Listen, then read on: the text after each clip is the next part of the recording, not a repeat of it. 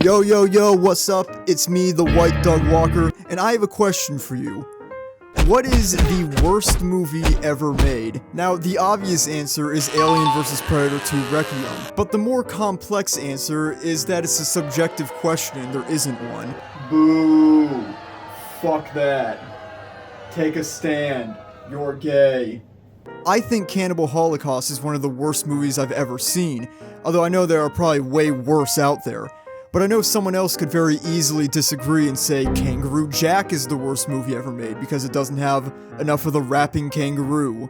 I said a hip hop, the hippie to the hip hop, and you don't stop the rock to the bang bang. Well, most people generally default to the money that was made by the movie. Was it a box office bang or a box office bomb? If it bombs, then that means it sucks. If it made a lot of money, then that means it's great. Well, it's not always that simple. Avatar and the Lion King remake are both in the top 10, so this list is basically worthless. But sometimes a movie is just kind of forced into the role of being the worst, whether it really deserves that or not, because it's just kind of funny to use that movie as a punchline. 3, 2, 3, 4, 4, 2, 3, and...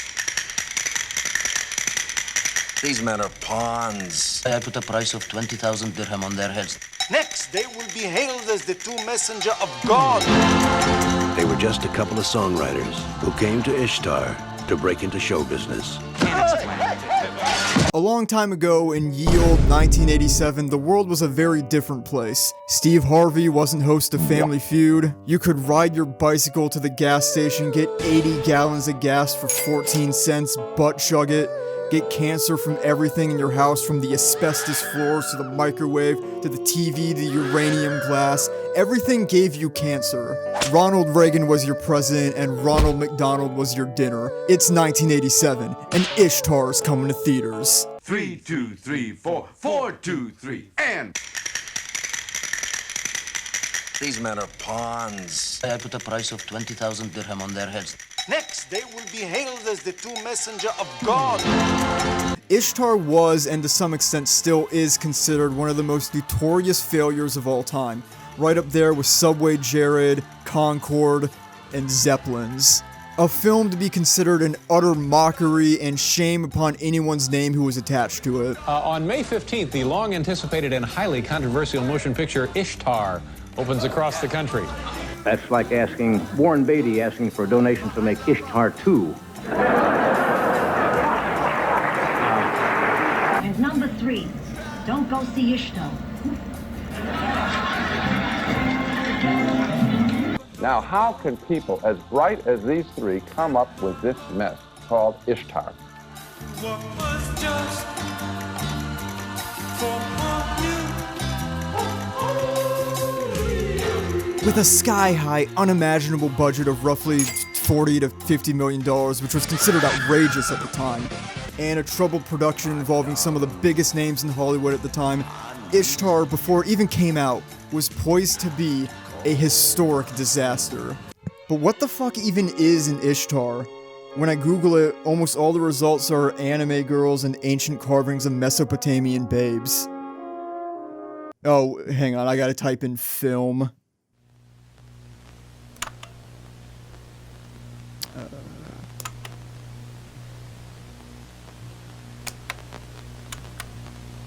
Okay, now I got it. Ishtar is a 1987 film starring Warren Beatty, Dustin Hoffman, and written and directed by Elaine May. To anyone who wasn't alive, conscious, and invested in the world of auteur cinema in the 60s and 70s, most of these names will mean absolutely nothing to any of you. But they're very important to the story and were considered huge names at the time that made people want to careen their station wagons into the nearest theater. So unless you're a big, smart film buff with an enormous cock, just a giant cock, chances are the only reason you know about Ishtar these days is because a couple of drunk guys from Wisconsin repeatedly played the trailer to avoid having to talk about the Star Wars Holiday Special, and now you associate Ishtar with Christmas. The Star Wars Holiday Special was a great idea. What was a terrible idea was Ishtar. This trailer. 3, 2, 3, 4, 4, 2, 3, and... These men are pawns. I put a price of 20,000 dirham on their heads. Soon they will be hailed as the true messenger of God.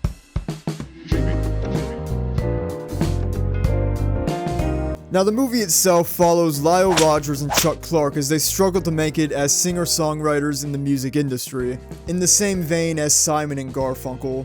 But there's one problem. Telling the truth can be dangerous business.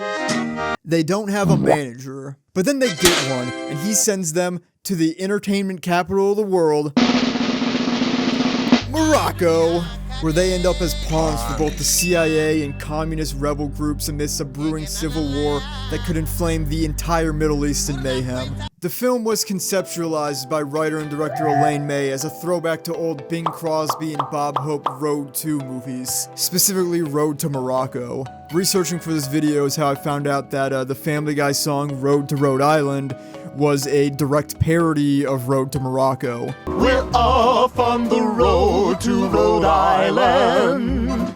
This taxi is tough on the spine. Beats the bus, huh, Junior? Beats me. I had no idea. I didn't know that. Seth MacFarlane, you're a phony. A big fat phony.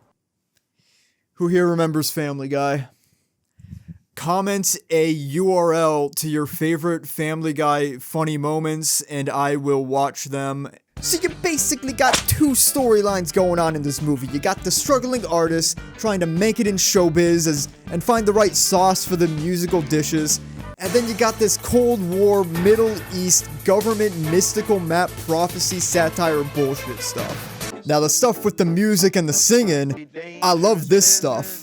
I think this part of the movie is amazing, just their creativity, their creative process and songwriting techniques. The way they just latch on to a concept or a metaphor and see it through to the point of absurdity. I love it. She said, come look, there's a wardrobe of love in my eyes. Take your time, look around and see if there's something your size. Paul Williams and Elaine May wrote the songs themselves. You know, they set out to make believably bad songs, and I think they did like a great job. I'm looking for software. I gotta have software for my machine. Saturday morning, the sound of a lawnmower touches my heart. Give me half an hour, like the last half hour. Give me half an hour, like the... Although I will say that they aren't that far off from just like real Paul Simon music. If you'd be my bodyguard, I can be your long-lost pal. I can call you Betty, and Betty, when you call me, you can call me Al. Isn't that far off from telling the truth can be dangerous business, honest and popular don't go hand in hand. If you admit that you can play the accordion, you'll never make it in a rock and roll band. Great lyrics, however, the Flogging Molly does prove that you actually can play accordion in a rock and roll band, so, you know. Flogging Molly didn't exist yet, I'm just saying. But whatever, they're charming, they're sincere. The words might not be right and the music is also not right, but you know, they mean every word of it, every note. This pursuit of their dreams is beautiful, but it also destroys their lives. You know, their girls leave them, they run out of all their money, they have no jobs, no fans, it drives Chuck to the literal edge. It's hilarious, but also brutal, but at the same time... Honest and popular don't. What are you gonna do about it? I think Chuck and Lyle are relatable to any artist, you know, writers, illustrators, filmmakers, musicians, YouTubers, clay pot ceramics makers, poets, me specifically. You know, people love to say that they're just, I'm just doing this for myself. I don't care if anybody ever checks me out. That's bullshit. Yes, you do. It would be demoralizing to do stuff for years, pour all your time and effort and energy into something, and just like nobody gives a shit. Or even worse, like you only get negative feedback. And Chuck and Lyle are the stories you don't hear about, the ones who try their best and don't succeed. The people who just don't have it. I'm going to make it, but a lot of people won't. A lot of people are gonna give up way before they're out on the edge. So that's all the first like 30-ish minutes of the film. And then the second half, and by half I mean like 3/4, goes in a radically different direction. It becomes this Middle East Cold War satire with a convoluted plot involving ancient map, but the fact that it's a map doesn't really matter that much because it's what's. But the fact is that it has like a prophecy on the map that can rebels want to give it to them, but the CIA on the map that can like inflame the Middle East to them, which involves keeping the Emir of Ishtar, who's like a tyrant, I guess. So both options are kind of bad. Like if they get the map, then it'll free them. Chuck ends up becoming an informant for the CIA, Lyle for the rebels. They're keeping secrets from each other. It's a mess. It's a tonal whiplash, if I'm being honest. I mean, ultimately, all that matters is if it continues to be funny. And it does. So that's nice. But the heart and soul of this movie is watching these two bumbling fools write silly love songs. You throw them into some convoluted political thing where they don't really know what's going on because they're stupid, and I don't really know what's going on because I'm stupid. And the movie really starts to fall apart for me. I wrote like 3 pages of notes just trying to like figure out exactly what was going on in the plot, and I'm still not really sure. I was desperately trying to figure out what this political stuff had to do with 2 guys wanting to sing and write music. I'm still not really sure. I would spend more time trying to untangle this web, but ultimately you haven't seen Ishtar, so I'm not going to bother spending like 15 minutes coming up with crackpot theories. What I want to get back to is why this movie was so controversial, why it might have failed, and why everybody decided to jump onto this film and beat the shit out of it. The first and potentially most likely theory is that it was just a little bit too ahead of its time. I think over the coming decades, cringe comedy would really come into the mainstream in the forefront. Remember, I mean, this is before Seinfeld, this is before Adult Swim and the internet, Tim and Eric. This whole thing wasn't really something the feeble minds of the 1980s could wrap their heads around. It didn't make sense, you know, it was weird and awkward and uncomfortable, and like these days that's understandable and lol-worthy. But when Ishtar came out, not so much. And part of that cringe was casting big-name dramatic actors like Dustin Hoffman and Warren Beatty to play the 2 main bumbling assholes. It was supposed to be like charming and funny, but it came off as embarrassing and dumb. However, people would have had to actually have seen the movie to have an opinion on the content of the film, so that theory's out. Next theory, sabotage, but by who? Some people, this guy I found on Reddit, hypothetically point to the CIA. You know, like I said, you know, the CIA comes off as villains and idiots in this movie, willing to kill the American protagonist and allow a tyrannical Emir to continue his atrocities in Ishtar. The CIA is doing all sorts of nefarious deeds in this movie. And you know, this movie is very progressive, you know, it mocks the fear of communism. It's sympathetic to leftist guerrillas. It accurately portrays the United States as being shit-stirrers, causing unnecessary chaos and playing all sides to some nebulous end. Plus, Warren Beatty's previous film, Reds, was sympathetic to Soviet Russia. And although it was positively received almost across the board, maybe the CIA didn't like it. Maybe the CIA thought, we can't let another communist-ass Warren Beatty film brainwash the masses into liking communism and leftist beliefs. Maybe, you know, is there any evidence to back this up, you know, prove that the CIA paid for and encouraged negative press or something? Well, no. No, there's no evidence at all, 100% speculation. Which leads to the third theory, sexism and misogyny. You see, director Elaine May was a woman. Let me explain. As I've said, the film was generating a lot of bad press in newspapers and magazines, and there was a lot of behind-the-scenes drama that kept leaking out, and a lot of it was about how Elaine May was this bad director. Her previous movie flopped, she was a diva, spending all this money, getting into arguments and fights with people on set, having sand dunes flattened, just being a real tyrannical director. They were going over budget and over schedule. This is all fairly normal director stuff, you know, it's a high stress environment, but this stuff wasn't normally publicized so much. People, the layman wasn't really supposed to know about any of this.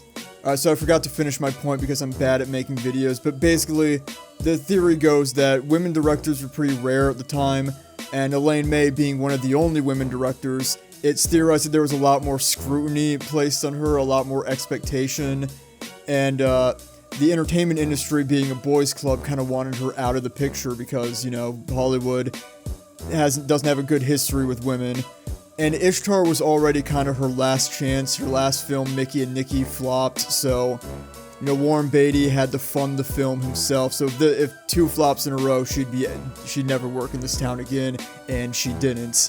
But all of these theories pale in comparison to the final theory, the one that's probably the most true. David Putnam, head of Columbia Pictures, sabotaged the film to prove a point.